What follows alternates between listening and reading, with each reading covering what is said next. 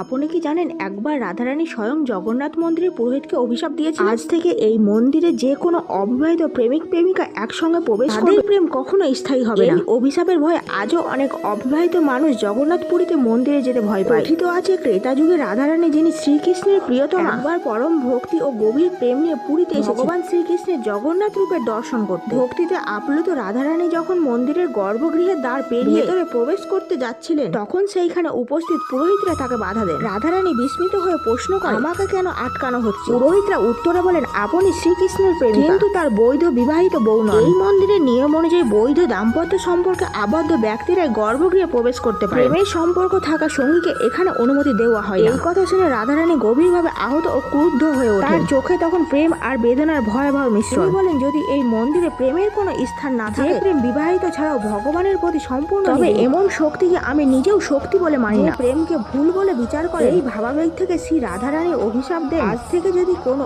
অবিবাহিত প্রেমিক প্রেমিকা এই মন্দিরে প্রবেশ করে, তাদের প্রেম জীবনে অশুভ প্রভাব পড়বে, তাদের ভালোবাসা কখনো স্থায়ী হবে, তারা জীবনে সাধারণ সুখ সমৃদ্ধি লাভ করতে পারবে না। সেই দিন থেকে জগন্নাথ মন্দিরকে ঘিরে এই বিশ্বাস প্রচলিত হয়ে আজও বহু পুরোহিত ও ভক্তের দাবি মন্দিরের প্রশাসন এই প্রথাকে গভীর শ্রদ্ধার সঙ্গে মেনে চলে এবং অবিবাহিত যুগলকে একসঙ্গে গর্ভগৃহে প্রবেশের আগে বাধা দেয়। যদি আপনার কাছে রাধার প্রেম পবিত্র বলে মনে হয়, তবে কমেন্টে জয় রাধে রাধে লিখে দিন।